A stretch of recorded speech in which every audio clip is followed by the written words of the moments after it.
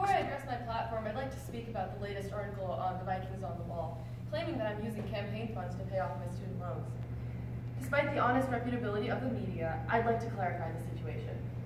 Ladies and gentlemen, allow me to formally announce my collaboration with Boston University in an attempt to tackle the rising college tuition prices in our country.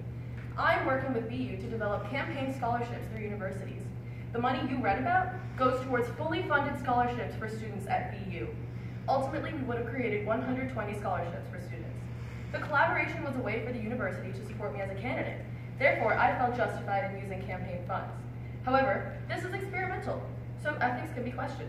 As I expressed to my team and signed in an official document, if there is concern of how the money was handled, I will pay everything back from my personal expenses.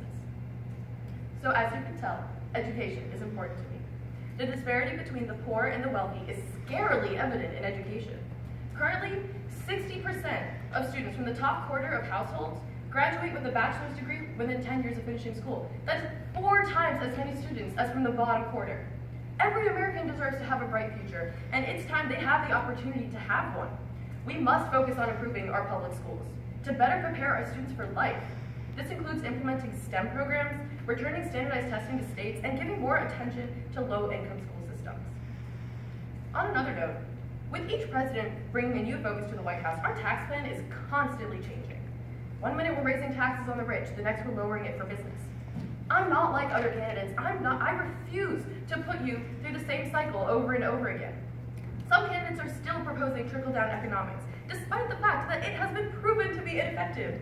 Ronald Reagan, a famous proponent for trickle-down economics, raised taxes 12 times during his presidency, the biggest tax increase in modern history.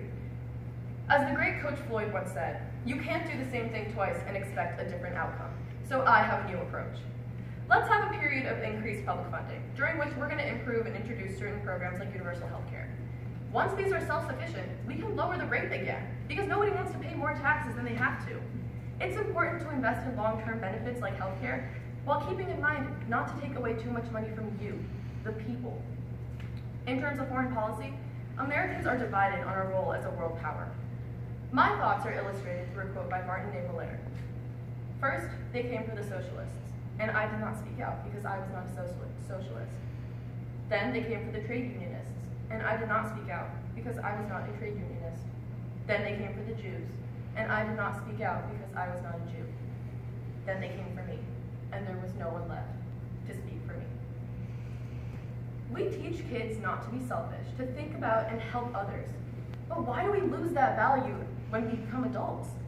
What good is it to solely improve ourselves when others around us are in desperate need? We have the resources, the experience, and the dedication to solve world problems without exhausting ourselves.